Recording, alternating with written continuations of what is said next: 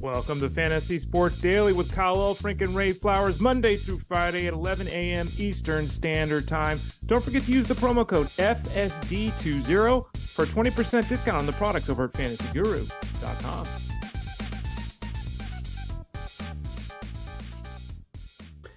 An important word of warning on this Monday as we get rolling on Fantasy Sports Daily. Here it is. We are busy. We are crazy busy. There was a lot that went down in Week 14 of Sunday NFL/fantasy football action. And we are here to break it all down. Kyle Elfrink and Ray Flowers with you. FSD back for another week, powered by fantasyguru.com. Ray, I was noting that almost too much happened. You know, every week we go long on a Monday. Like I always say, oh, we get out of it in an hour. I'll say it right now. I don't have any preordained thoughts that we're going to get out of here in just an hour. We're going to be longer today, I think. There's a lot going on. No doubt about that. We were just joking about it before the show, how you put lists together sometimes and it's 10 and you're saying it's 25 things this week that really hit on. So I'll stop talking. Let's get right into it. How about that? How about that? Ray Flowers will stop talking for just a few moments. I will keep talking for a few more moments. We welcome everybody in, no matter where you're at, Facebook or YouTube or X. Maybe you've downloaded the podcast. You've subscribed, hopefully. Gosh, I sound like my son. He's 4.5, Ray, and instead of saying, it hurted, I just said it subscribed. No, it's subscribed. It hurted. No, it hurt. Anyway, if you'd like to subscribe to us, we'd love to get you on board. And also, as always, 5-star reviews. We love those. Let the people know what you think, whether it's on the YouTube channel that we have here at Fantasy Guru or certainly on the app. We always like to tell you at the start if we've got any new specials. And today, Ray, is one of those days we've got specials, right? A new one on this Monday.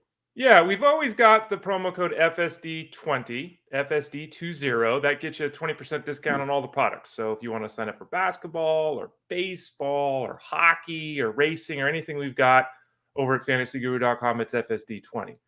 Now, though, we've got a new promo code, HOHO, Kyle. HOHO. HOHO, HOHO. That actually gets you the rest of the season football product because we're getting closer to the end of the season now, right? Mm-hmm. We've been doing it for $99. It's now $74.99. So if you use the promo code HOHO, that should get it to you for $74.99. If it doesn't, throw both promo codes in there, HOHO and FSD20. It'll drop down the rest of the season football to $74.99. That gets you betting, seasonal, and DFS through the regular season and all of the playoffs. So all the way through this Super Bowl. Promo code HOHO. $75 the rest of the way. You mentioned the regular season for many fantasy players, many in our audience. I'm guessing that yesterday was the end of the regular season. So congratulations to those who are still alive. And for those who maybe came up short, DFS, baby. And of course, Fantasy Guru has all that coverage day in, day out, getting you set for the upcoming weeks. Okay, what is on the docket today? Well, of course, Week 14 reaction, and you can see it right there. A lot of things. Unfortunately, some injuries. Justin Jefferson, CJ Stroud, Justin Herbert.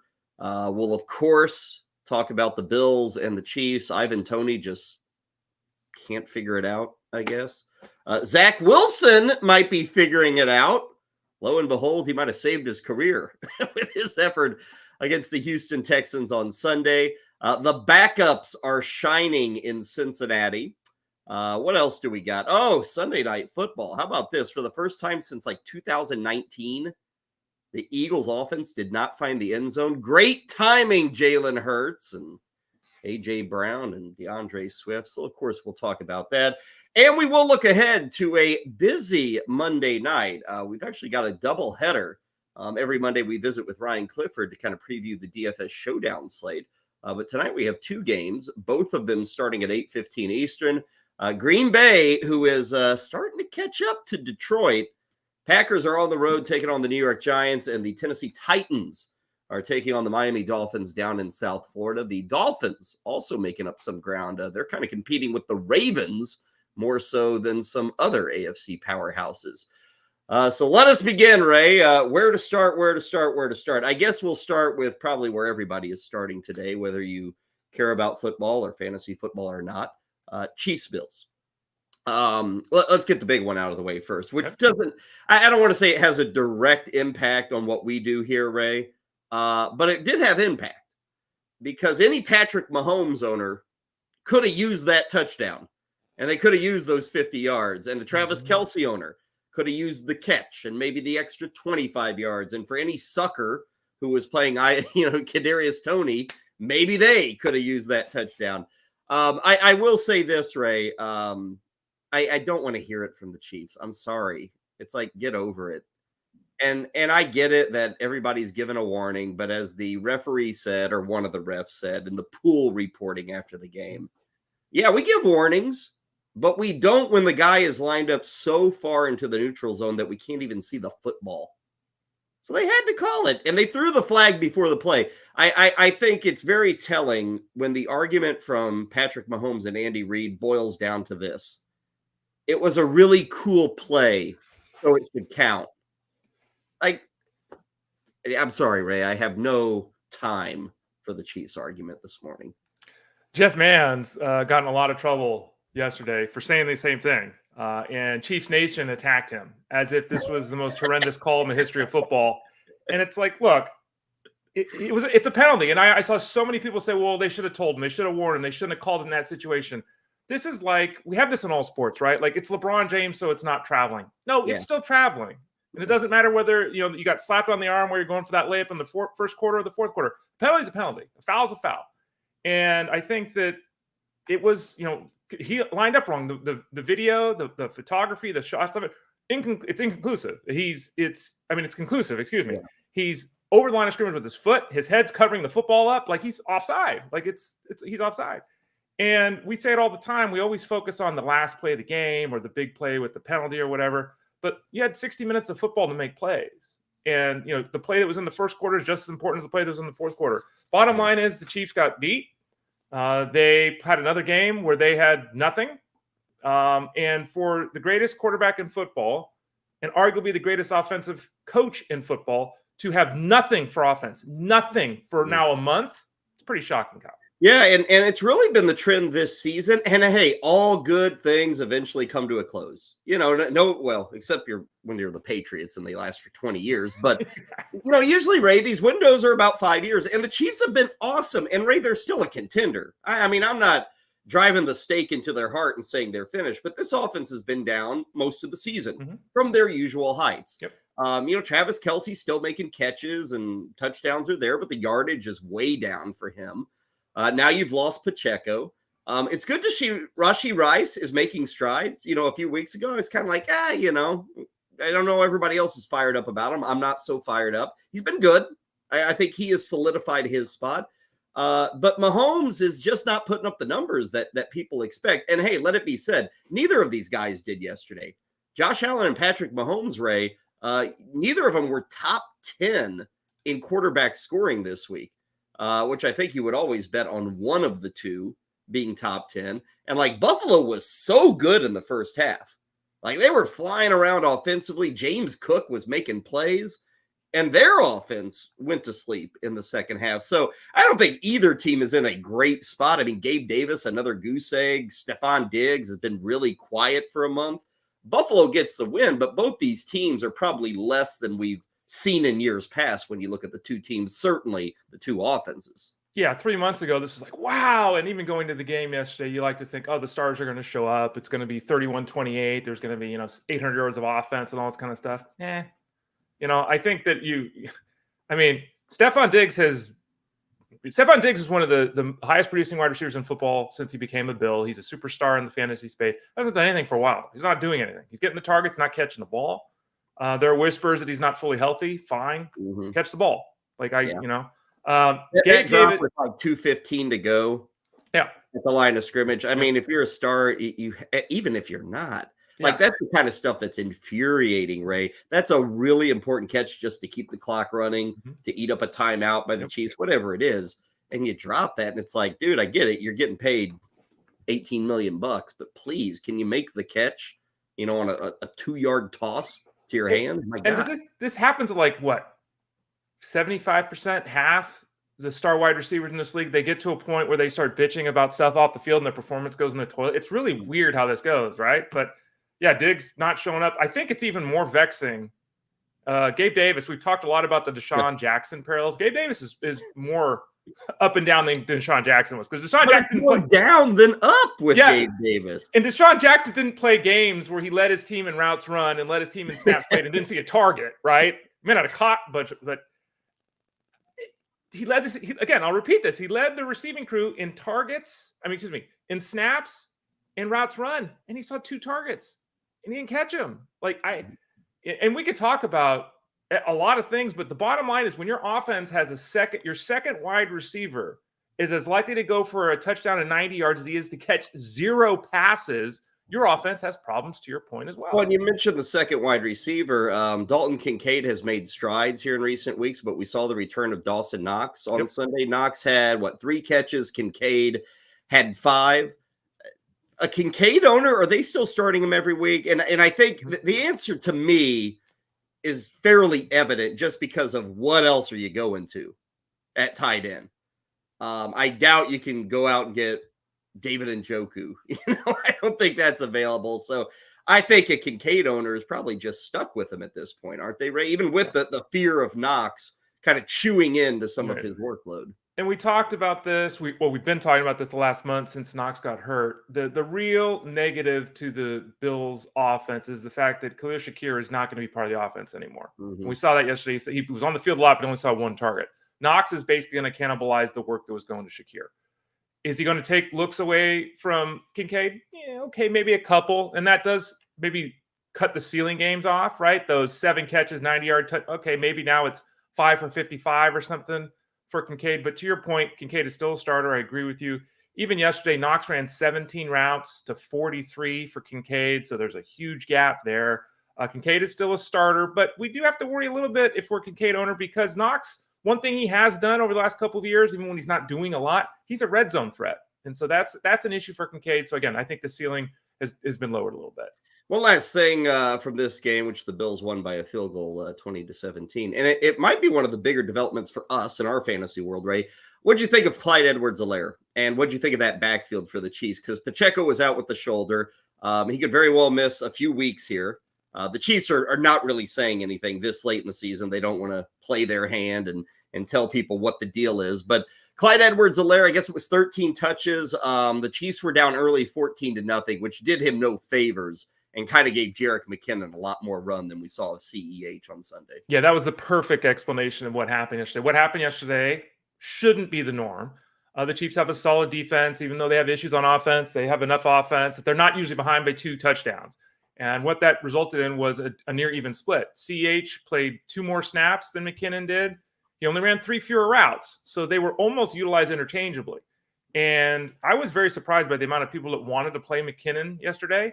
I mean, a guy who missed a couple of weeks with injury, a guy who doesn't carry the football, a guy who legitimately needs a touchdown or they're getting 5 points. And that's what would have happened yesterday if he didn't get the touchdown. So I think that McKinnon owners, you got a lucky kind of pass there, but be very cautious. I think his workload had a lot to do with the scoreboard.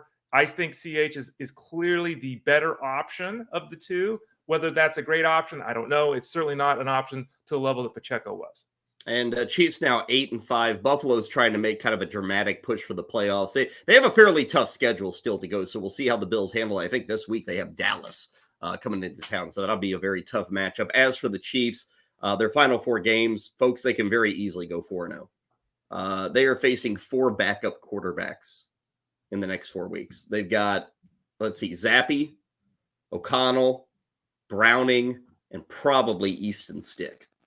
Those are their next 4 opponents. I mean, 2 of those 4 teams are the worst in football, the Patriots and the Raiders. So Chiefs will be fine, and I know they're angry this morning. By the way, I know there's like a double image, Ray, going around of here's Kadarius Toney lined up in the neutral zone, and then the next image shows here's Von Miller on the very next snap in his hand. Right. I would just point out to everybody, one photo is right down the line of scrimmage.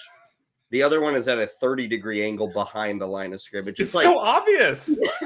And people are like, oh, this proves how it's like the people who call balls and strikes, Ray, on the center field camera, which isn't even centered on a baseball diamond. It's like to the left field side of it.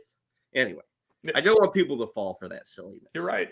I'm trying to protect people there. Let's move to the other big matchup, Sunday night, which Ray probably wasn't as competitive as people were hoping for. I mean, the Cowboys are rolling, and I will say this with the Cowboys. At home, that team is strong. It's like the Cleveland Browns. You put the Browns in front of their home fans, they've been very good defensively this year. On the road, not so much. And kind of the same things there with Dallas. And honestly, until they do it in the postseason, I think everybody's going to say, okay, you're just another decent Cowboys team. But Ray, they are on a streak. I mean, the Prescott to Lamb thing is working week in, week out. Ferguson continues to make strides. Last night in the backfield, we saw both Dowdle and Pollard getting it done. Defensively, they've got the individual talents and pieces that work. They look great, and they walloped the Eagles. And we'll get to Philadelphia in a bit. But this Dallas offense, Ray, pretty well. If you've got any of these pieces, I think you're starting them every week. Dowdle would be the only guy, and I kind of wonder. You see the work he got last night, and it was even coming early when this game was still a game.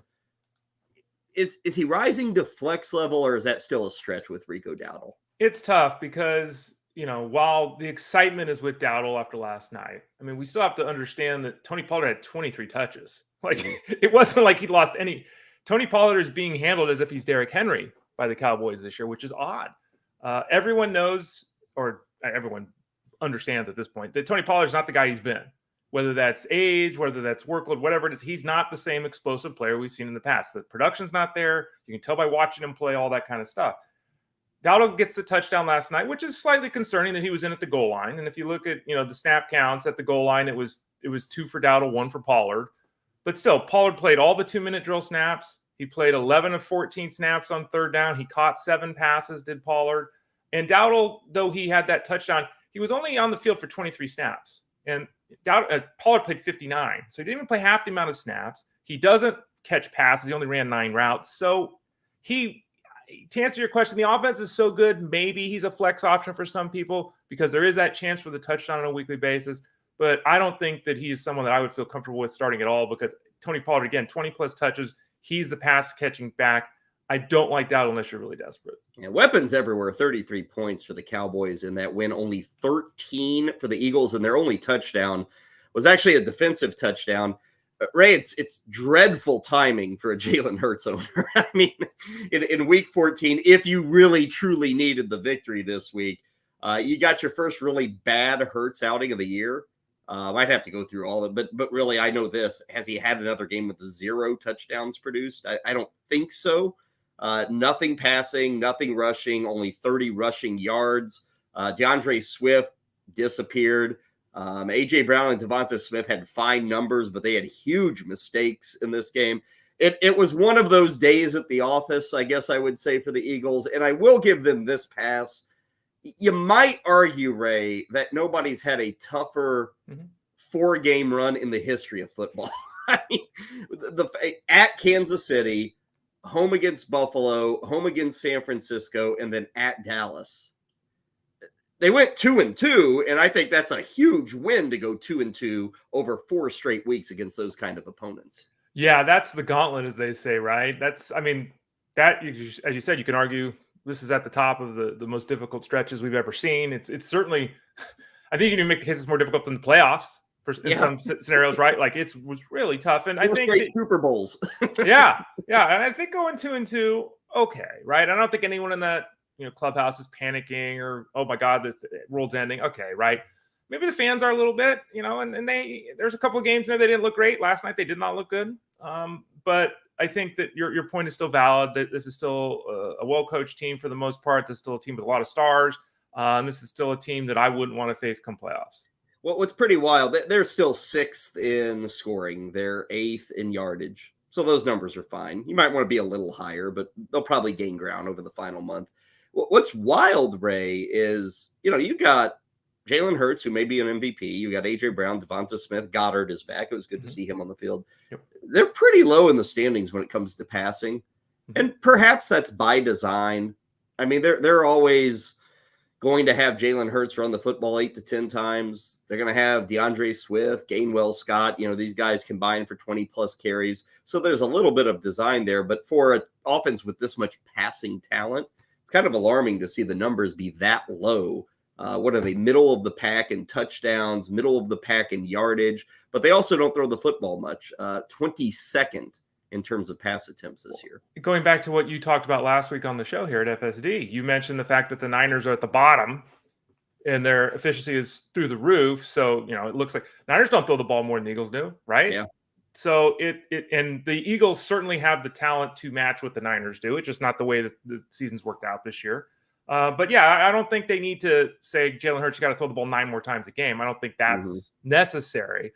But yeah, it's one of those things that there's a lot of, we talked about the Sam Howells of the world, the guy's chucking it 43 times every week. Well, you tend to put up some bigger numbers there when you use that volume, but you don't have to have that volume to have success. Well, since you blurbed about the Niners and you talked efficiency, let's go there. San Francisco 28, Seattle 16 on Sunday. Game was not that close, to tell you the truth.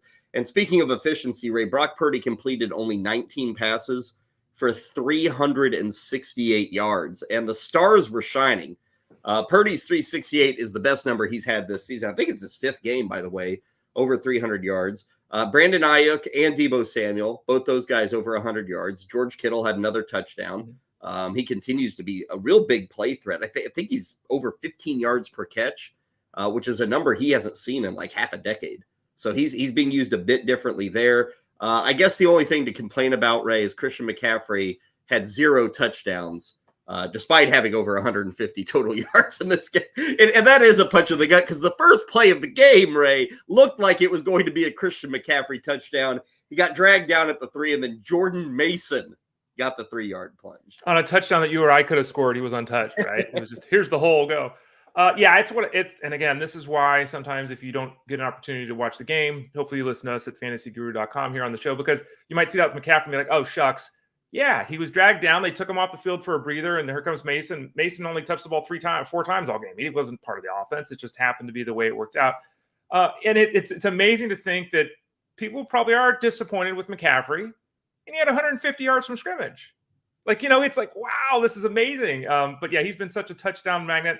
There had to be some balancing there. Unfortunately, it was yesterday. I hope it didn't cost people a matchup to get into the playoffs by 2 points or something like that, because it was very unfortunate he didn't get in the end zone. And remember how quiet Deebo Samuel used to be, Ray? He now has 6 touchdowns in 3 weeks. Yeah. And by the way, congrats to him. He set the NFL record for rushing touchdowns in a career by a wide receiver. He now has 19 as a listed wide receiver. And unlike Taysom Hill, Ray, I think he's really a wide receiver. They just obviously scheme him a little differently. But 19, he had a rushing touchdown, had a receiving touchdown. Huge day for Deebo on the Seattle side. Or did you want to add something? He has 19 rushing touchdowns, but he's not a running back. Taysom Hill played 19 snaps at tight end. He's a tight end. Okay. Who knows? On the Seattle side, Ray, we saw Drew Lock. Geno Smith was, shouldn't have been. It was a late injury. What was it, Thursday or Friday, groin injury. And we got the news early enough, so people probably didn't have anything where they were left stranded. Metcalf, Lockett, these guys still have to start, Ray, whether it's Lock or Geno Smith, don't they? I know yesterday was not great. Metcalf had the early touchdown. He eventually got ejected, being a pure punk. Well, I don't know. I mean, they're football players, and it was with 3 minutes to go. He was pissed off. It's funny he can do that, and Patrick Mahomes can absolutely berate a referee for 10 minutes and gets nothing. But anyway, let's say Drew Lock's the quarterback for a while. Right. You have to play Metcalf and Lockett, don't you? I think, yeah. I mean, because again, this isn't one of those scenarios with the Seahawks where it's very pyramidal, right? If that's even a word. Is that a word? It's very right down the middle. Yeah, thank you. It's very stratified in the offense. You've got 18 guys at tight end that see a target or two. You've got a couple of passes that get thrown to the running backs, but it's really Lockett and Metcalf just soaking up 15 targets most weeks, right? And I don't think that changes. Yesterday was down a little bit. Drew Lock only threw the ball to them 11 times, but I think to your point, to me, Metcalf is always a start. Like I saw the news with Geno Smith. I'm like, Metcalf's still my lineup. We talked about this last week when he went off and had the 3 touchdowns. Lockett's a little more, because Lockett hasn't had a 100-yard game since week 13 of last year, and he's not really getting in the end zone. But as a wide receiver 3 in deeper leagues, I would still be starting Tyler Lockett.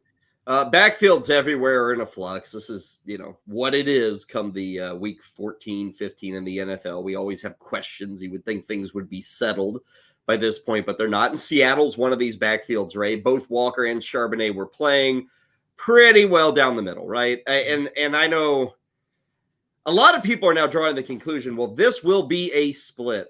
I'm not going to draw that conclusion. I think Kenneth Walker's the guy. Mm-hmm. I think he's still getting the work. And so for people who are worried about Walker, I'm not there. Now, I'm kind of a lone voice in the woods, Ray, because everywhere I go, it's like, see, this is what Seattle's going to do. This is going to be the game plan the rest of the season. I wouldn't necessarily buy that. I think Walker is still their lead guy with Charbonnet sprinkled in there. More like I would go as high as 65-35. That's me. Mm-hmm. Everybody wants to draw the 50-50. You got to remember, Walker has been out the previous 2.5 weeks, really, with an injury. Mm-hmm. This was his first game back. It's a tough matchup. They were trailing throughout. Charbonnet profiles a bit more as a receiving running back than does Walker. So I'm speaking to the Walker owners here. If you're a Charbonnet owner, okay, you got a guy who probably gets 10 touches a week. But I still think Walker, Ray, when it's all said and done over this final month, will be in that 15 to 18 range in terms of touches every week. I think if the games go as the Seahawks would like them to, I think that's totally fair. And I agree with you. I was thinking 60-40 for the split. But I think that, just the numbers yesterday even, right? Walker had 8 more snaps played, 33-25. Walker actually ran twice as many routes. I know Charbonnet's the third down guy, but Walker ran twice as many routes, and he had 5 targets, and Charbonnet had 1. So even though people don't want to say, well, Charbonnet's a third down back, and he did play the majority of third down snaps, he wasn't utilized as a third down back. The passes still went to the Walker side of things. So I agree with you. I think Walker's still the guy without question in my mind that you want to start over Charbonnet. And I agree with you. I still think he profiles as a guy that can touch the ball 15 times a week. Let's shift to another backfield that to me is a bit more interesting, Ray. It's Cincinnati. The Bengals did it again behind Jake Browning, who I think now has a record. His first 3 starts as an NFL quarterback, he has completed over 79% of his passes. Nobody's ever done that in their first 3 starts. Looked pretty good yesterday. A couple of touchdown throws, both of them on screen passes. One to Joe Mixon, one to Chase Brown. He also rushed for a touchdown, so that's a hit. I mean, honestly, Ray, this offense looks better with Jake Browning than I think it ever did with Joe. It does. Facts are facts. I know they're not as good. I know they're not as feared. But the offense is producing. Let's just say that, okay? We got all these other lousy backups, Ray, that can barely put on a jockstrap correctly. At least Jake Browning comes in and has looked like he knows what's going on. But I want to talk about this backfield. Chase Brown, we've seen very little of him this year. We saw him Monday night last week against Jacksonville. We see a good portion of him yesterday. He got over 100 yards, by the way. Joe Mixon, though, is still there, Ray. Now, he still is getting nothing in the rushing game. Absolutely. He's like 2 yards of a carry. But he is still the guy for this Cincinnati backfield. It's kind of like Pollard and Dowdle. Maybe it's like Charbonnet and Walker. But Ray Brown seems to be making up a bit of ground here. Well, I think, if you didn't see the game, let me describe to you the touchdown. The touchdown was on a pass that he caught 2 yards behind the line of scrimmage, and then the Colts decided the right side of the football field they weren't going to cover. It was a dump off to the running back behind the line of scrimmage, and he just ran on the sideline. There was no one there. He didn't do anything. He just ran fast. I think that Brown, it's interesting because Brown brings some juice. Like you look at Mixon, and Mixon, does he have juice? He runs into guys and pushes them. Yeah. Brown looks exciting, and he's shifty and all that. Brown wasn't on the field. He only played 18 snaps. He only ran half the routes that Mixon did. And let's not forget, much like with the Texans, that Joe Mixon still had 24 touches yesterday. 24. So, Brown, and there's a question in the chat about, is he a flex option? Maybe. But I think it's much like the Charbonnet situation, Kyle, where it's like Brown's probably going to get 8 or so touches a week. Is he going to rip off 25, 30-yard chunk plays? He's going to need to. He's not taking over the backfield. He's not taking over the goal line work. He's not taking over the workload. He's not doing that unless Joe Mixon gets hurt. So Brown has flashed. I don't want anyone to chase that because, again, there's reasons to look at it and say, come on, not be careful. But I can't see more than 8 or 9 touches a week from him because Mixon's just going to soak up all the work. When you say not chasing Brown, I also don't want people to reject the idea of T. Higgins and Jamar Chase. They were quiet yesterday, and I know what people are going to say. Oh, Jake Browning won't throw to these guys. He's killing. I'd point you to 7 days ago. Jake Browning seemed to be throwing to Jamar Chase just fine. Okay, so a lot of times, Ray, we just look at the last game. We think, oh, it's never going to work. Those guys play. They start. It's like Smith. It's like Brown, who we were talking about earlier. Metcalf, Lockett. I mean, these guys have to play. I realize the situation is not great.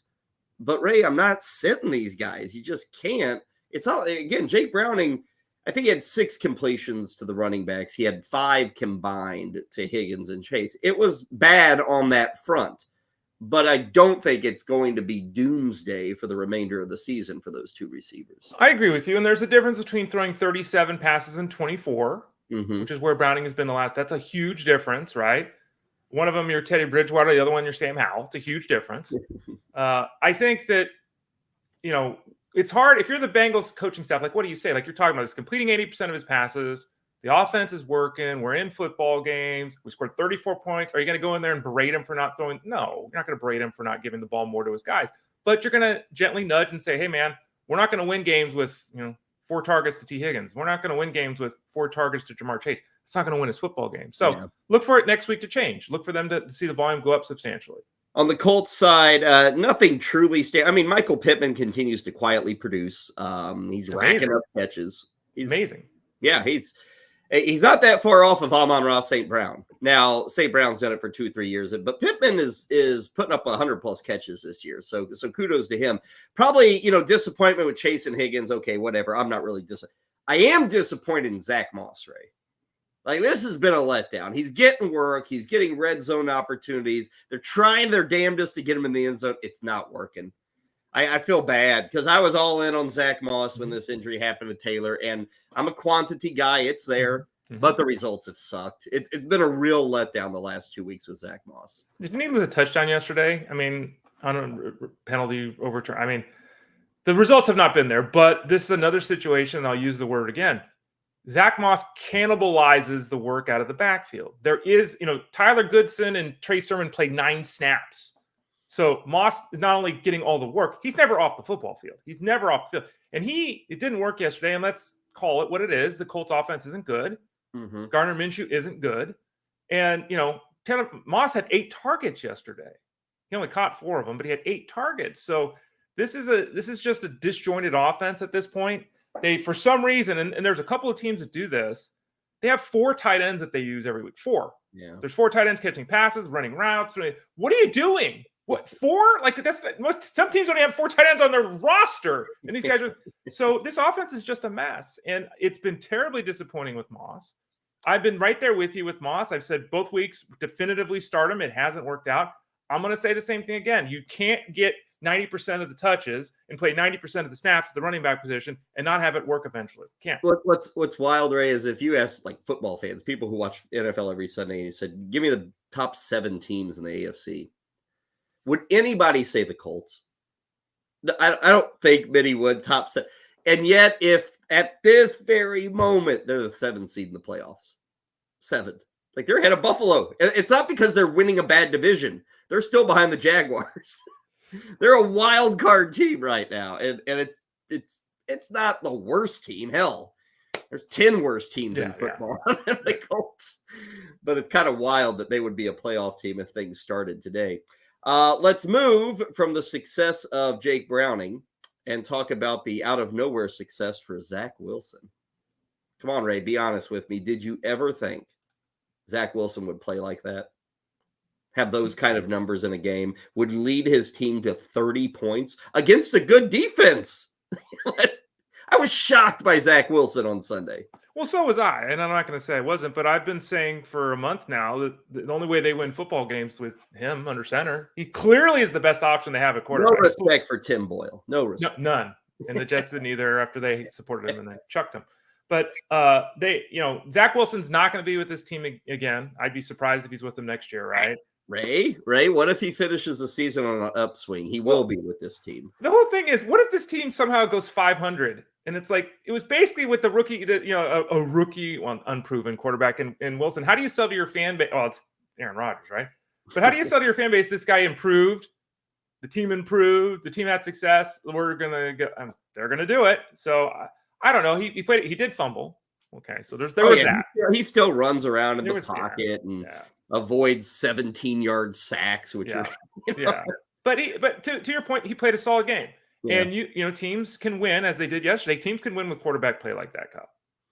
Totally the opposite on the other side. And Ray, maybe you're not shocked by yesterday with Wilson and the Jets. How about with the Texans? 6 points, by far the worst game for CJ Stroud. Knocked out early, concussion protocol, and it immediately looked like a concussion. Mm-hmm. So his status is really up in the air. Yep. Nico Collins leaves early. They're without Tank Dell. Nobody takes the word decoy more seriously than Noah Brown. What the hell? He gets back on the football field, and Ray, in 8 quarters, no catches. Nothing for a team that needs Noah Brown. But Stroud's the big one here. You were telling me yesterday, leading up to kickoff, mm-hmm. You're helping out with Start Sit over at SiriusXM. And everybody's asking about Stroud. And I'm guessing, with the way you presented it to me, you were befuddled. You were questioning why people were so out on Stroud. I don't know, if you're getting 50, 60 questions, they all have different other options. Right. So who's to say? But this matchup, the way Stroud has played this season, the fact that Tank Dell's out, things are a little wishy-washy at wide receiver. What was your feeling going in to yesterday for Stroud? Because now, the concussion's one thing, but the performance was another. Do you just say, hey, the weather sucked, the Jets were good, it was a bad day at the office, much like the Eagles? What's the feeling on Stroud, and what were you kind of feeling going into that game yesterday? Yeah. Noah Brown, 325 yards in 2 games. The 2 games since 0. Yeah. I don't know if you've ever seen that in NFL history. 325 in 2 games to 0 in 2 games. Stroud was interesting, and I tweeted this out at SiriusXM Fantasy. I'm there 10 to 1 Monday mornings answering questions, Sunday mornings answering questions. And I said, look, 2 weeks ago, and this is a true story, people were saying that CJ Stroud was the league MVP. That storyline was growing, mm-hmm. right? Nationally, it was growing. And he loses Tank Dell, and no one wanted to play CJ Stroud yesterday. And it's like, okay. Now, I understand it because Tank Dell was out. It's a difficult matchup against the Jets, and there were some weather concerns. So I get that. I totally get that. But you would never bench Josh Allen that way. I wouldn't. Some people would. I wouldn't. You would never do it. I'd never bench Patrick Mahomes. I'd never bench Jalen Hurts. If CJ Stroud's really a league MVP, how can you bench him when there's struggles? Now, the game goes horribly wrong. I think we had him ranked like 12th at quarterback this week. So we still thought he was right at the edge of being a starter this week. I think that the game went horribly wrong, and this is a continuation of what we have talked about. The Texans cannot play a football game this season with all their receivers. They can't. And they come into the game with Tank Dell being down, and then they lose Nico Collins. He played 3 snaps. So now we're talking about CJ Stroud also losing his number 1 wide receiver, a guy that was going to get 12 targets, right? So I think it was a perfect storm of crap. It played out completely like that. I would just hesitate or tell people to hesitate on the belief that they made the right call because it worked out this way. There were a lot of factors that came together to make it as bad as it was. It should not have been that bad. Sauce Gardner is not the greatest player in the history of football. They were still going to have success through the air if everything went the way it should have. Well, and it's a fact that the Jets have given up more touchdowns in the passing game than they've had interceptions. That's just one stat. They are good. They are good. I think for me, Ray, what it gets to is people have got to understand how hype works in this league. Stroud is having a very good rookie season. Absolutely. But when people start getting carried away that he's already a top 5 guy or a league MVP, you've got to stay away from that stuff if you're just making the fantasy decision. Because some people may hear that and say, wow, I got my QB1 the rest of the season. And yet it was proven yesterday, going into yesterday, people all of a sudden didn't feel that way. Now, well, maybe. So, yeah, Pat Mahomes is good. Jalen Hurts is good. These guys are great. Is CJ Stroud? No, we said it weeks ago. Ray and I had a debate on Stroud. Is he even a QB1? And that was in the midst. of CJ Stroud. What do you have? 4 straight games over 300 yards? It was something like that. And Ray and I are having the discussion. Well, is he truly a QB1? Is he a top 12 guy? Ray said ever so slightly he'd have him in there for the rest of the season, not specific to this week. And I said, nah, he's more of a QB2. I'm not sold on Stroud. So while people are saying league MVP in real life, we're sitting here having a debate, is he even a top 12 fantasy quarterback? So that's, again, a reminder of how things play out differently based off of what side or what angle you are covering the sport on. You've got to differentiate and separate what you hear on the tube, what you hear on general sports talk versus what you try to do with your fantasy team. So another lesson, I guess, learned there with CJ Stroud. And again, he'll probably be a QB1 going into next year. We'll see. We'll see with CJ Stroud. Be nice to get him back on the field, but that is a question mark. One other bit of news with Houston, and this is getting ridiculous. Devin Singletary all day yesterday. I don't know, Ray. It's that's one of those situations that I don't even want to deal with anymore. Like, yeah. And I don't have those guys anywhere in any of my leagues. I don't have Singletary or Pierce, so it's not a headache to me. But I can only imagine trying to figure out week in, week out what to do with those two players. Yeah, and this is one of those situations where we can look at all the data beforehand, and then the game happens, and it just doesn't go the way we expect. And I don't know if the coaching. I didn't listen to the coaches after the game. I don't know if the game didn't go as they anticipated. Blah blah blah blah blah. But the backfield is, I don't know. I mean, it was Pierce, it was Singletary, it was both. Now it looks like it's Singletary. So I mean, I guess if we had to look at this point ahead to Week 15, I guess it's Singletary. But to your point, this is a mess. We don't even know about Stroud. I'm not interested in either running back from the Texans right now as we're talking Week 15.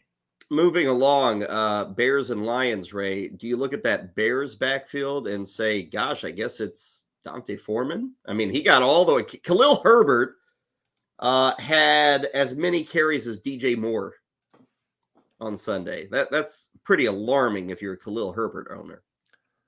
Yeah, and here's the thing. I get it, but I don't. Khalil Herbert has, going back to last season, looked really good when given an opportunity. He has. And he is certainly a more dynamic football player than Dante Foreman.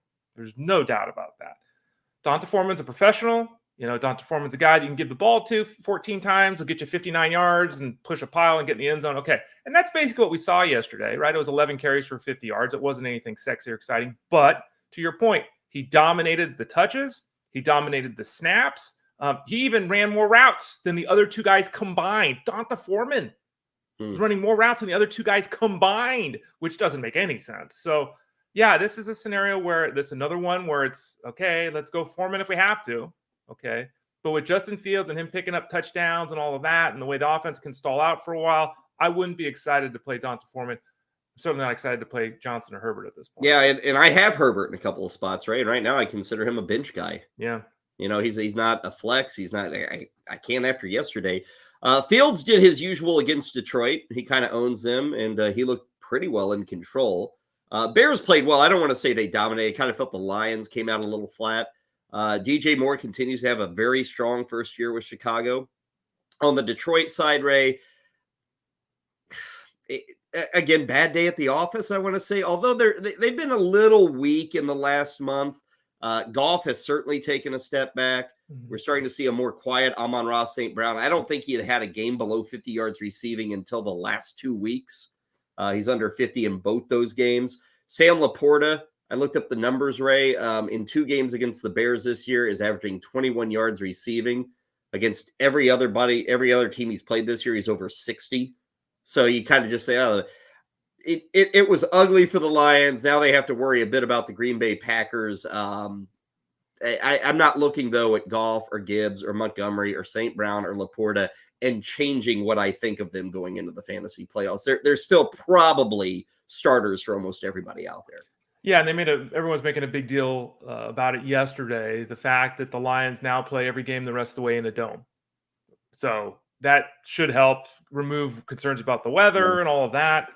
I don't know. The Lions are a tough one, too, because they're 9-4. Since the second half of last year, they have been one of the top 10 teams in football without question. They might be top 5, really, if you go back to the second half of last season. They've been really good.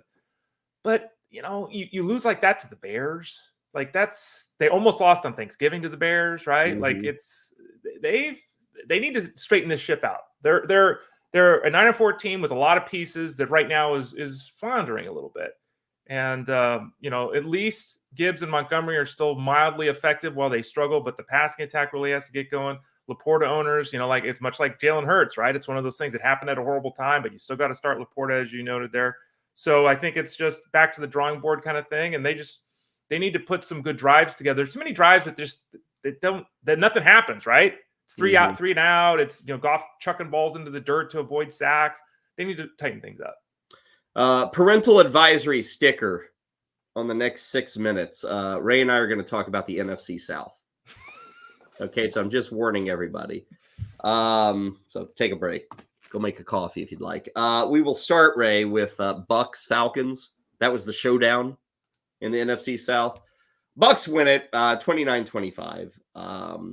Rashad White again, racking up points. I mean, ever so quietly, just racking them up.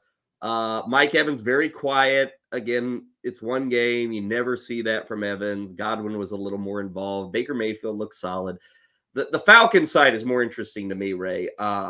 Every week we hammer Arthur Smith. We got 10 catches for 170 plus yards with Drake Garland. Good job, Arthur. Kyle Pitts with a simple touchdown. It was like he just roasted the defense. And it's like, why can't they do that all the time? Congratulations, Arthur Smith. Bijan Robinson getting the football. I think it was 15 touches. Not great, but and then there's Desmond Ridder. And Ray, some people might say, well, congratulations, Arthur Smith. You got Desmond Ridder all the way up to 347 yards. Ray, it was the most empty 347 and the worst 347 I have ever seen. It was the Laffy Taffy of candies, like to where it's just total junk. You can't even make it. It's empty. It's you take a bite, okay, and the rest of it sucks. It's like, why did I choose this as my candy? Desmond Ridder was bad yesterday, Ray, but he somehow got to almost 350 yards. It's still going to be a mess, I guess, as long as Ridder is at the controls, because Bijan Robinson could have walked into the end zone on a pass in the first quarter. And Ridder totally misfired. He holds onto the football. His decision-making's crap. They're probably just they have to roll with him. I'm in favor of them rolling with Desmond Ridder the rest of the season. But the issue I've got is what it means for any reliability with these other fantasy assets on their offense. Yeah, they're 6 and 7. Is this really working? London had the huge game. I love that. I think it epitomizes everything that's wrong with the Falcons. Last play of the game, and they throw the ball to the 5-yard line. Like, he didn't even throw it in the end zone. It's like, bro, like, you got to throw the ball. Quadruple coverage. Yes, right? It's not even into the end zone. It was from like the 30-yard line or whatever, too. It wasn't like it was from the 50, So Desmond Ridder is not good. And for those people that missed it, please go and watch his interception again. Should have been a pick six. He got lucky that the defender bumped into, Bijan Robinson. I'm watching that play, and it's one of the worst throws I've ever seen in my entire life. He goes back, the whole thing, because he turns, he's staring, he's throwing, and the defensive back is just running across the field, running the route. He's seen and Desmond Ridder, not for 1 second was there hesitation. Perfect spiral right into Carlton Davis, right? It's like, what are you doing, dude? Like, no, like it's almost like he didn't realize there was a defensive player on the field. He's terrible. And so, the problem with the team is the same thing. They had 25 points yesterday. He threw for 347 yards. Doesn't change anything. Desmond Ridder is still a desperation superflex option. Yeah. Speaking of terrible, Carolina, they're really terrible, Ray. I think we pick on other teams, but it's amazing. Here, let me just give people a few Panther numbers. This is after they lose 28-6. And let me remind you, the Saints did nothing offensively. Like, the Saints did not play well in this game, and they won by more than 3 touchdowns. Yeah. Like, Derek Carr threw for like 120 yards or something. I think this was the fewest offensive yards in a Saints win since 1997. Like, they didn't do anything. But, Ray, they did more than the Panthers. Bryce Young, sub 200-yard passing showings. He has had 6 consecutive under 200 yards. He has 1 touchdown pass in the last 5 games. That's despite throwing 165 passes. For the 6th time this season, he is under 4 yards per pass attempt in this game against New Orleans. Carolina goes 0 for 5 on 4th downs. They turn the ball over 4 times. They force 0 turnovers. Good luck finding a coach for this mess, right? Kyle, he went 13 for 36. I don't even know how that's possible. Like, legitimately, that's so bad. And, you watch the offense, and it's not just Bryce Young. Every time he drops back, he's on the move. He's getting happy feet because he can't ever sit in the pocket. It's just terrible. And to your point, this is an organization, they don't have the first-round draft pick next year, right? They've got a quarterback that may or may not be the guy. They've got an aging Adam Thielen who's had a good season overall, but he's not someone you can build around. Hubbard and Sanders are passable in the backfield, but they're not sexy. They don't have a tight end. They're hoping that Marshall became something. He's vanished, is not even active. They're hoping Mingo's become something. It's hard to tell because Young can't throw the ball to him. And then you start looking around, and I agree with you. This is tough. You got an owner that makes decisions every 6 weeks to change. So yeah, this organization's in trouble. And hand up, did not think this was going to go this way. I thought before the season began, this team was going to, battle 500. Like, this team was going to be an effective team, hired a bunch of great coaches. Everything was going to work. It has been a total disaster from start to right now. They would need about a 30-week NFL season, Ray, to have a shot at getting to 500. 1-12 is that record. As for the Saints, they are now in a 3-way tie in the NFC South at 6-7. Derek Carr does more yelling than successful passing, it seems. Kamara gets into the end zone. I guess we can blame the lack of Jamal Williams this year on Taysom Hill, because all of a sudden Taysom Hill disappears and Jamal Williams suddenly gets 11 carries out of nowhere. Good to see Chris Olave doing his thing, but a really blah kind of game. Okay, we're done with the NFC South, but we still have ugliness because, Ray, the Raiders and the Vikings. Yikes. 0-0 all the way until 2 minutes left in the game. Wow. And I was a proponent of Joshua Dobbs being the QB last week. Not anymore? Well, I don't know. I know everybody's moved on, and now it's Nick Mullins. Right. You're not winning anything with Nick Mullins. So. I don't know if it's any better. Yeah. Their bigger issue, Ray, is Alexander Madison leaves with an ankle injury and Justin Jefferson leaves with a chest injury. Right. We don't know anything on Madison. What we know on Jefferson, Ray, is we waited more than 2 months to get him on the field. He makes 2 catches. He does take a shot. Yeah. I have not seen. I was watching this game and I remember him taking the shot, but I thought it was more to his back. It was from the backside, so yeah, was maybe it's how he landed. They say chest. Maybe it's some severe bruising, whatever. Lungs in the middle. Yeah, lungs. He went to the hospital precautionary, flew back with the team. Iffy for week 15. They get 3 points. They get the win, Ray. But Raiders suck. The Vikings, I couldn't believe, could only get 3 points. Just brutal there in that game yesterday. Yeah, and it's just bad. I mean, there's no sugarcoating here. This was a terrible football game.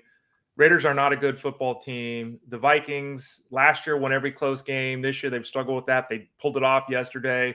They're in big trouble, obviously, if Jefferson is down. Madison situation, they've got Ty Chandler who stepped up yesterday. Didn't do anything, but I think he can be effective on the ground. So that'd be the guy that'd be the hot waiver wire pickup if he's still available. Shouldn't be, but if he's still available. But yeah, the offense is just, Nick Mullins. I think you can argue that Nick Mullins is a better passer than Josh Dobbs, and I think that's fair. Mm-hmm. Is he a better quarterback? Yeah, he doesn't bring the dynamism. He's not athletic like that. He's more of a clone of Kirk Cousins, but I'm not saying he's Kirk Cousins. I'm just in the stylistic way. Now, to something we've talked about, though, Ray, if Jefferson, even at Jefferson, I think everybody knows you start him, even if it's Nick Mullins. Jordan Addison. Is that a 50-50 proposition to start a guy like Jordan Addison if Nick Mullins is the quarterback? And remember, they play Saturday. The NFL's now given us, I think it's 3 games this Saturday. And the Vikings are one of those. Addison would be a tough one for me. It would really, really be driven by what else I have at that wide receiver position. Yeah, we're starting the fantasy playoffs for 98% of leagues, right? You're going to play a guy with a journeyman quarterback that you haven't – I don't know. I mean, that's what I'm saying. I think at this point of the season, I would assume most people – because I've seen this in the questions I've received. Of late, people have kind of shied away from Addison a little bit anyway because, Dobbs and the offense and – there was all that excitement when Addison was getting the end zone, but when you pull back, it's 4 catches for 62 yards. Yeah, he hasn't had a touchdown. What are we up to? 5 straight games, yeah. And he's had receptions. The catching, the total receptions are fine. The yardage isn't really there. Again, all understandable. I'm not calling out Addison. No. But Ray, this is like more wide receiver 4 over the last month and a half than anything else with Jordan Addison. Yeah, his PPR points the last 4 games, 10, 11, 7, 10.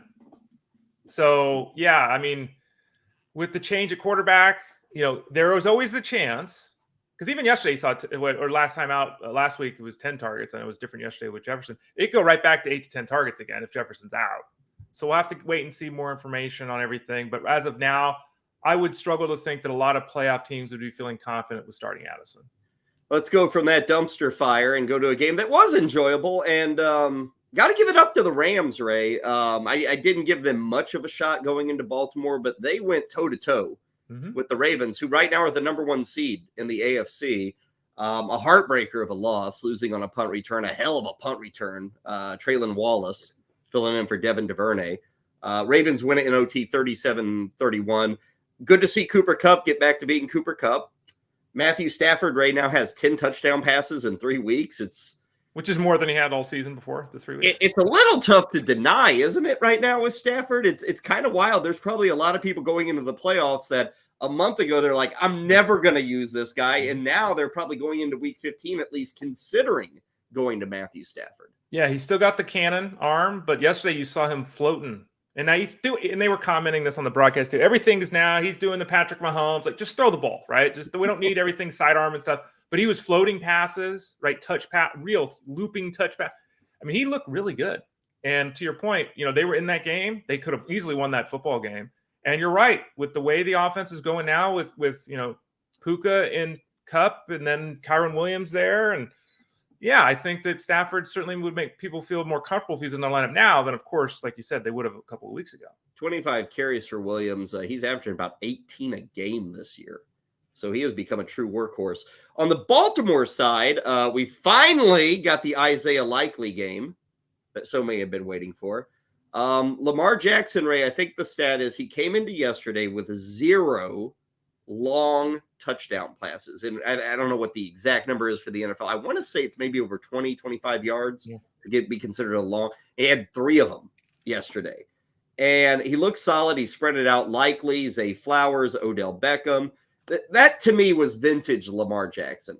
Like that's what you're hoping you get week in, week out. And we see it about 5 times a year. Mm-hmm. And yesterday was one of those moments for the Ravens. Lamar Jackson played a really good football game. And I've been down on Jackson at times for things. But I will give him full credit. He played a good football game. Really good football game. He was the reason they won. I will say that. I will also say that Isaiah Likely was as open as you can possibly be in the universe. He was standing there waving his arm on the sidelines multiple times. No one's even guarding me for that touchdown. Odell Beckham just ran by everyone. They didn't cover him. He was 15 feet beyond a defender for that touchdown. I think this all speaks, Ray, to what Lamar Jackson is as a defense and what you have to prepare for is I think those guys get open because defenses are always on edge to have their eyes in the backfield, to keep track of Lamar Jackson and what's he doing. Is he going to turn it loose? And I think that is why these guys get open, is that he is such a threat to burn you by getting out of the pocket that these guys in the secondary, you want to stay on your guy. You do. But with Lamar Jackson, it's like you're always keeping one eye back there, wondering when am I going to have to turn the other way and make the defensive stop. He looks nothing like this running back. He doesn't run like him. He's not built like him or anything, but he's Barry Sanders-like. He makes 37 jukes on a 6-yard run.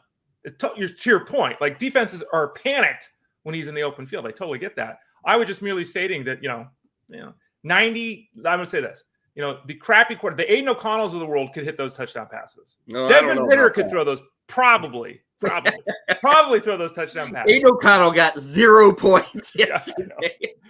And by the way, just to say this, because I commented on it yesterday, I have never seen a day that I can remember where there were more blown coverages for touchdowns over and over and over. And it seemed like every one of them was a tight end. Guys just running, waving. They're 15 feet away from the nearest defender, 20. It was all over the NFL yesterday. It was crazy, Kyle.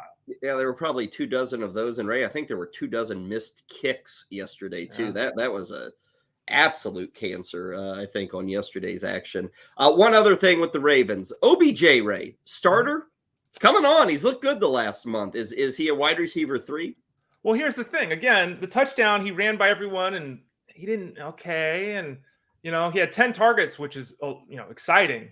but he still only caught 4 passes. This is still not an offense that, Lamar Jackson threw 43 passes. That is never going to be the plan. Like 33 would be a lot, right? He's there. He's getting there. I mean, I think yesterday was the first game he played more than half the snaps this year, too. So he seems to be rounding into form, if you will, but he is not someone I would start with confidence at all. No. Is he someone that might be startable for some? Yes. 2 more games. Let's quickly get to them. Jags, Browns. Ray, were you stunned to see Lawrence out there? I was. Completely stunned. And kudos to him, Ray. I think he gives him even 80%, 75% as good a shot as a beat-up C.J. Beathard. But he was, it's one of those things where you don't say, oh, he sucked yesterday. He didn't suck. He played through an injury. I think mentally it's very wearing, and so you kind of make bad decisions like Lawrence had yesterday, some bad passes. He threw 3 picks. For those wondering how would things work with no Christian Kirk, the early answer is a ton of Zay Jones, like a ton of Zay Jones, still a ton of Calvin Ridley. And those 2 guys, Ray, had 27 targets. And that doesn't even include Evan Ingram, who had 11 catches. Those 3 guys, Ray, I don't have Ingram's targets handy. Was it like 13 or something? I think it was 11. 11. So he was 11 for 11. So, Ray, those 3 guys, 38 targets of the 50 throws. And I know Calvin Ridley didn't go off or anything, but Ray, these guys are going to be fed. Like even Zay Jones really elevates to now you got to consider him as a wide receiver 3 without Christian Kirk in this offense. Yeah, I mean, I'll say this. I was shocked that he played Trevor Lawrence. He threw 50 passes, which is obviously too many. He made some terrible decisions. He's flinging the ball over the field. He made some bad decisions. I don't know how you can have that many targets. I mean, to be clear, Zay Jones had 14 targets and got 29 yards, which is, and Calvin Ridley wasn't much better. He had 53 yards on 13 targets. That's running back dump off zone production, right? So Ingram was the star again. And I saw it. I didn't get a chance to look it up before but he scored like 75% of his touchdowns the last 2 years, Ingram, in weeks 13 and 14. Oh, wow. But, I'll give him credit for playing, for keeping him in the game, for all those but I don't think he should have played. I was shocked by it. And I'll just say this too. He did not have a high ankle sprain. You cannot play on a high ankle sprain 6 days later. It's not possible. So I don't know what the reporting is about all this stuff because we've seen high ankle sprains forever. They sideline guys for 6 weeks. Yeah. And it's always a multi-week injury. So I don't know what's going on there. But yeah, Zay Jones is a thing. It's not a very effective thing. Is Joe Flacco a thing? Ray, 500, I think it's 565 in the 2 starts with 5 touchdown throws. And he looked like a spring chicken. Yeah, that touchdown to David Ball was actually, it kind of shows, PJ Walker can't do this. I don't even know if Deshaun Watson can. Joe Flacco, it's knowing what you're seeing. Yeah. That touchdown to Ball was an excellent example. I think they brought the house on that play, and Joe Flacco knew where to put it. And again, I don't even know if Deshaun Watson's making that throw. So I'm not going to sit here and say people should be starting Joe Flacco. I'm not. That's still too dangerous with a 38-year-old who literally, Ray, was making PB&Js on the couch 3 weeks ago. Right. Hold it against me for not sticking him in my starting lineup next week. The Browns are down to like their 4th quarterback. They lost their best offensive lineman. They lost arguably the best running back in football. They're 8-5. Like, This is really impressive. Like, Stefanski and that coaching staff deserves a ton of credit. Flacco, that pass to Bell, he wasn't covered. David Njoku became the first player in the NFL this season, the first player in any team, in any game, to have 2 touchdown passes where he was open by more than 5 yards. In one of those, he was open by 25 yards. Well, it's because defenses are fearing Joe Flacco running the football just like Lamar Jackson. Right? Boom! Yeah. So, but Flacco, you can't argue that the offense has worked as well with Flacco as with any other quarterback this season, and you can argue better with Flacco than any other quarterbacks this season for the Browns. I don't even know. Is he making the minimum for a vet, which may be like $5 million? But if I'm looking at the Browns and I'm totaling up my paychecks this week, and I'm seeing Deshaun Watson his paycheck this week, it's got to be like $1.2 million. And Joe Flacco's yanking in $80,000 or whatever. No, it's not. So Joe Flacco is making $144,000 according to the contract he signed. Oh, come on. Really? Yeah. And Deshaun Watson is making $46 million this year. So it's $3 million a game. He signed a 1-year, $371 million deal, but it's prorated. Did Flacco. So yeah. So that's 1 quarter of football. That's actually, I have to pull the number up. That's 3 minutes of a quarter for Deshaun Watson this year, or whatever the hell it is. Well, Ray, just win, baby. You'll bleed red if you get the wins. That's all that matters for the Browns. Finally, Broncos and Chargers quickly. Courtland Sutton, 10 touchdowns. Who knew? Another win for the Broncos. They're only a game behind Kansas City. They're not going to catch them, but they are a game behind. Chargers stuff is more interesting. 2 things here, Ray. Justin Herbert, fractured finger on his throwing hand. Might have seen the last of him this year, right? Tough to know for certain, but there were definitely concerns that might be the case. And it was his middle finger on his throwing hand. And show me. Which finger, Ray? Show me. It's the middle finger? Oh, come on. Flip it around, Ray. Remember when you were a kid and used to practice flipping? I don't know. We did. Do you hold both fingers up? One finger's on the side? We used to roll the window up. Oh, did you? We used to read between the lines. Yeah. Oh no, we used to try to get angles with our fingers. Like that was the big thing. That was a West Coast style. Oh, okay, maybe that was it. West side. Yeah. So the Herbert situation, he absolutely could be done for the season. I think it's very fair to think that that's a strong possibility at this point. Middle finger being broken. I mean, he's already got the left hand thing. Now he's got the right hand thing. I don't know how you really, if your thumb, and they were talking about this in the broadcast, your middle finger and your thumb are like the 2 most important, on the ball. So it's a lost season for them anyway. They're 5-8. They're not going anywhere. He might be done. I guess all it took for Austin Ekeler to do something was a threat. We saw Isaiah Spiller, what was it, 6 carries, I think, in that game. Yep. But Ekeler was not like great or anything. But Ray, honestly, this is better than we've gotten. He got to 100 total yards. He got into the end zone. Yep. That was big news. It was kind of surprising news to hear a head coach say, yeah, our all-pro running back is going to have to earn his keep. I still think you're rolling Ekeler. I hope everybody still rolled him. I think everybody did. There's very little he can do down the stretch, Ray, to save his value or to save your draft pick from way back in August. Right. But I think he's still the guy for the Chargers, and you'll still be getting decent numbers from him down the stretch. There were people questioning whether he should be started yesterday. They were asking, should I start him? And it's like, yeah, you should start him because the report came out. It's, I think it was Ian Rappaport was the big one, right? It's hot hand, man. Let's go. We'll see what happens. They're going to roll these guys. And in the end, 7 snaps for Kelly, 12 snaps for Spiller, and 49 for Ekeler. So, yeah, start Austin Ekeler. Okay, so that is where we stand coming out of Sunday. We have a rarity tonight, 2 Monday Night Football games. What isn't rare is that Ryan Clifford is going to preview those Monday night games with us. He is there now, ready to talk a little Packers, Giants, and Titans, Dolphins. Column will be up over at fantasyguru.com momentarily. Ryan always helps us with what we call showdown slates. I guess this isn't really a showdown slate. How do the slates work? Like, can you choose one game or the other, Ryan? Can you combine them? Like, how are they setting things up for a doubleheader of Monday Night Football?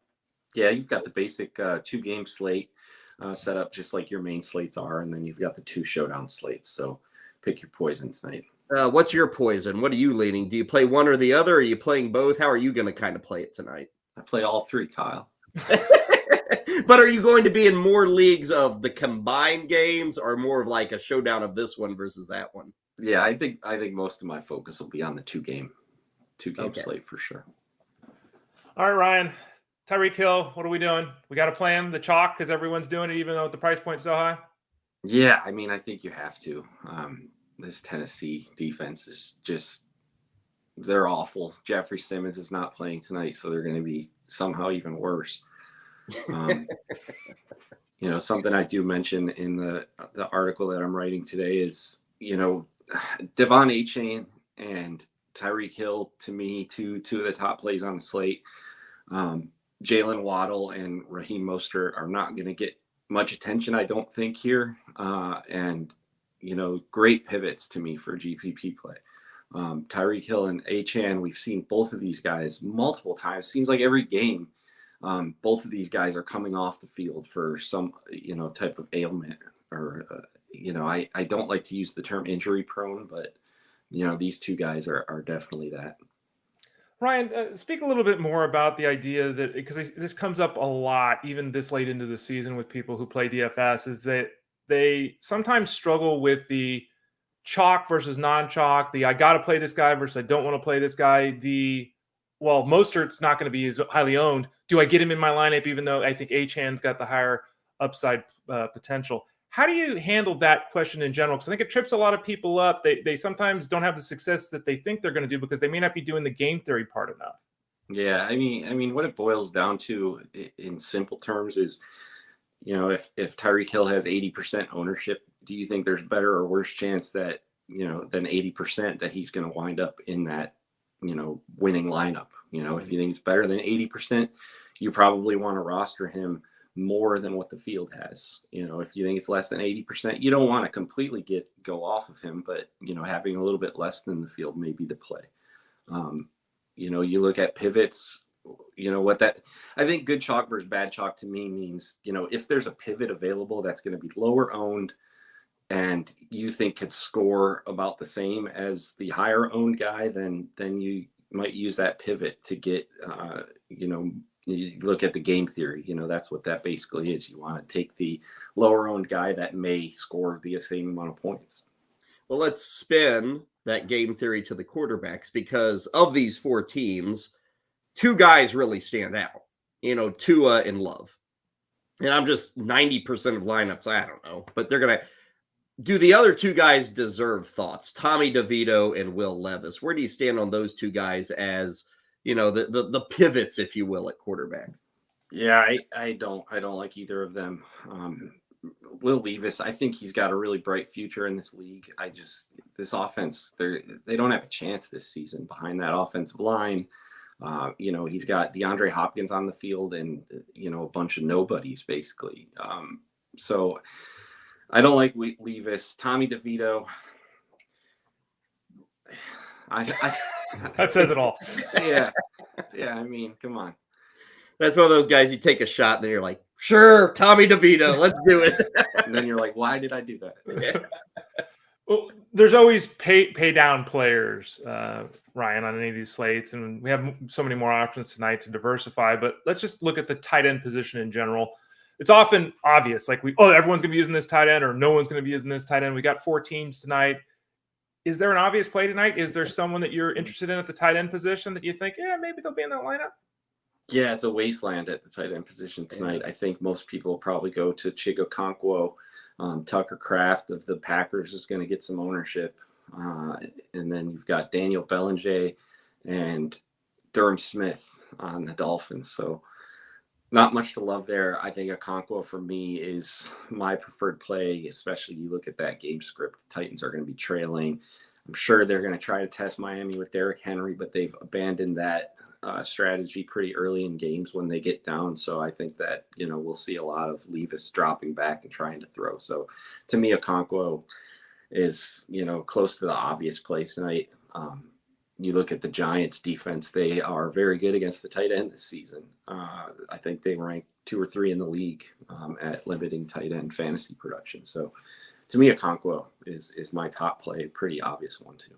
Let's dig in on the Packers offense. Doesn't sound like Aaron Jones is playing. Christian Watson is out as well. I noticed over on DraftKings, they just kind of split the baby with ranking wide receivers when Watson's status was unknown. So Dobbs, Reed, Watson, and Wicks, those 4 receivers are within about $1,000 of each other. Again, Watson is out. Dobbs, Reed, or Wicks, are you feeling any of those 3 with the matchup tonight against the Giants? Yeah, I really like Jaden Reed. You look at the splits with for Reed with Watson in the lineup and with him out of the lineup. And Reed is playing really well when Watson's not in the lineup. He's producing really well. So Romeo Dobbs is obviously going to be like the wide receiver 1 for Green Bay. I just don't know how much they're going to need to throw tonight. You got A.J. Dillon getting another week as the workhorse back against a Giants team that's just is not going to put up points. So I like Dillon. Jaden Reed I like a lot as a kind of, on DraftKings with that PPR scoring. Those are the 2 places I'll probably go with Green Bay. Ryan, I don't play the Monday night slates. You're that guy for us, which is why you're here. And we talk about the defense at times, right? Usually it's 1 or 2. Now we got 4 options. What are we looking at with the defensive side of things tonight? Any of these 4 squads potentially going to be in a lineup for you this evening? Yeah, I think I like Green Bay. no team in football has given up more sacks than the Giants. I think they're also one of the teams that is throwing the most interceptions in the league. Definitely not looking at Tennessee. Definitely not looking at the Giants. So I think it comes down to the Dolphins versus Green Bay for me. I think the Dolphins are going to be pretty popular. So to me, I'm looking at the Packers. I think they're the best play on the slate. They project the best and probably will not be the highest owned. So I like that too. Got 4 teams in play, which means numerous punts available on the way out the door. Ryan, give us one punt that you like from any of these 4 teams for tonight. I'll say Nick Westbrook-Akine of the Titans. Again, I think the Titans are going to be throwing a ton. Treylon Burks looks like he's more of a depth option at this point for this team. Westbrook-Akine is the wide receiver 2 there, so I'll say him.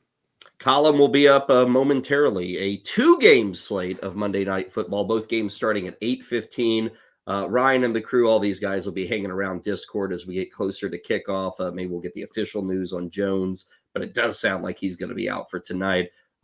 Should be fun, a little different than usual if you're playing the 2-game slate, but you are able to choose just the showdown slate if you'd like. So whatever you're looking for, hit up the column, hit us up in Discord, get you set for the fun DFS play on week 14 Monday night.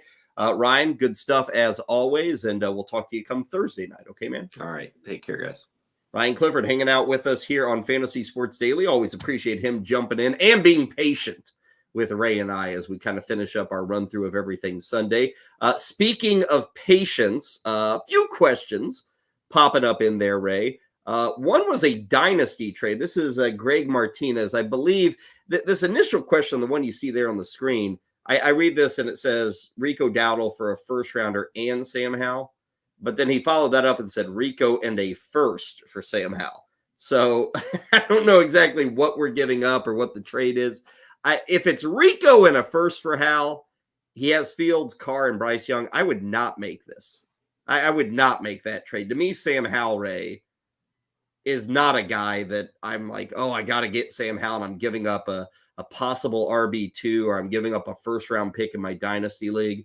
I wouldn't take that if it's I can give up Rico Dowdle for a first-rounder and Sam Howell. I'm still not crazy about it unless I have really good running back depth. I think Rico Dowdle, Ray, I don't want to say he can be a top 20 running back, but I think in dynasty leagues, he's a pretty decent depth play. When you have injuries, when you need a flex with bye weeks, and you just don't have this giant need for a quarterback like Sam Howell. At least I don't see it. I think Sam Howell, Ray, odds are the Commanders are bringing in a new staff next year. I mean, Eric Bieniemy may not even be there. He may go to Chicago. He's being rumored as their next head coach. I'm not certain Sam Howell's even with the Commanders, nor is he starting with this team next year.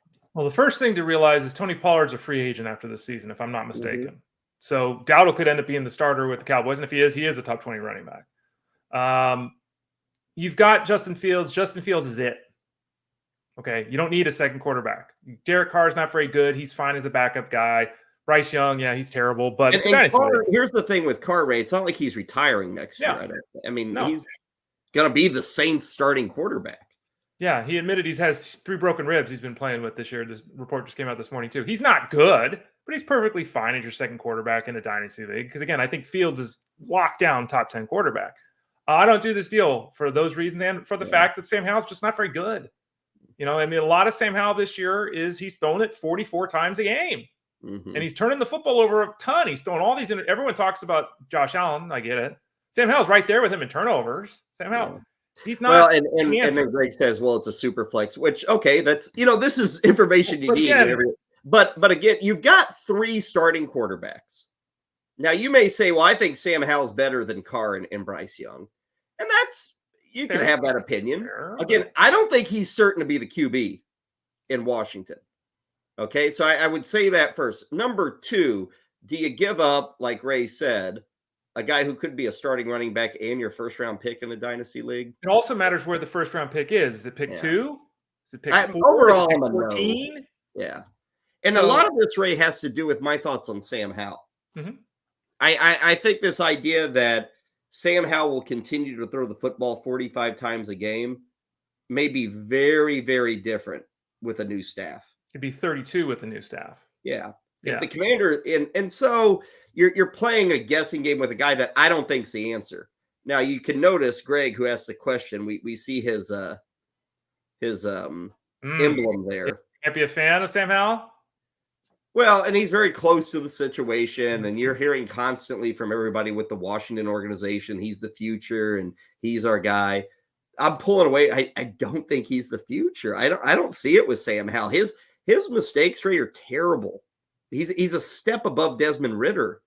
He's got more arm talent, but he has a lot of bad decisions, bad mistakes. I think a new coaching staff wants a new guy, and will go out and get it in free agency or go out and get it in the draft, I think, this season. Yeah, and I think I'm looking at this, and then I can't, for all the reasons we're saying. I think that you said it well. He's not one of the 5 worst quarterbacks in football. Let's say he's quarterback 17 or something, or 18. And again, as a super flex QB2, he's fine.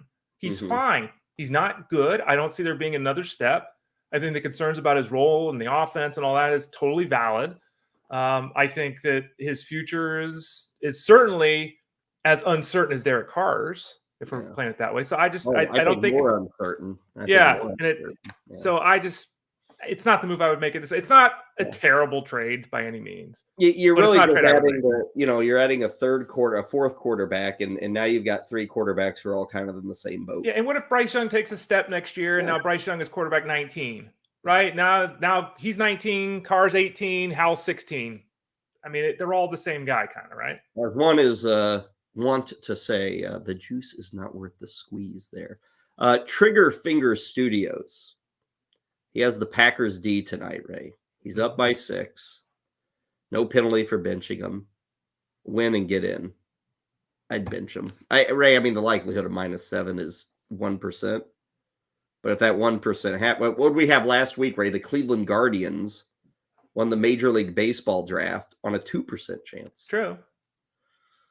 So I guess I'd bench him. If there's no penalty, why wouldn't you bench him? I mean, we're in the playoffs, it says. I mean, if I win, I'm in. So, I mean, if you have a 6-point lead, the only way this gets overturned is if 10 players on the other team all have something happen, or there was a touchdown that they didn't count, right? Yeah. I mean, so that is usually it's like 1 point or 2 points. This is a big enough lead. Okay. Personally, I don't know of many leagues. Are you in a league where you can get a -7 on defense? I don't even think I am. There's got to be a way. Yeah, I mean, like maybe, but you give up 100 points to the Giants. Yeah, I mean, if you're in the playoffs, your point total this week doesn't matter to seeding or anything like that. I think the lead is big enough. Just you could just bench them. But again, you're correct. Look at your scoring and see if there's even a way. Yeah, to get -7. Because I mean, again, if you've got it 1, do it. But I don't ever bench a group. I don't take a 0. But again, I'm not in a league where I can get a -7 on defense. Yeah. Good stuff there. A lot of fun to recap Sunday. Now, you might be wondering, I thought these 2 guys really liked the baseball. Aren't they going to talk about Ohtani to the Dodgers? Not today. Tomorrow we will. Today, I mean, it's just crazy football times. There's so much news going on. Just saw a report. Justin Herbert, he's out for week 15, as expected. Ray and I talked about him. So his status down the stretch, I think, is a huge question mark. If you have Herbert and you're in the playoffs, go get Sam Howell. You're going Joe Flacco. Yeah. Or Nick Mullins. Yeah, that's kind of what you're looking at. Tomorrow we will be back. We'll recap both Monday Nighters. We'll talk Ohtani. Basketball with Justin Finsterman. So we'll be busy again tomorrow, 11 a.m. Eastern. Ray, a pleasure today. Always good. Folks, check out that new all-in NFL package down to $75. HOHO. Ho-ho, as Ray says. And Ray will do it again on Tuesday. Have a good one. Yeah, you too, Kyle. Looking forward to it. Hope you enjoyed it. We enjoyed having you along for the ride, recapping all things Week 14. This has been Fantasy Sports Daily, powered by FantasyGuru.com.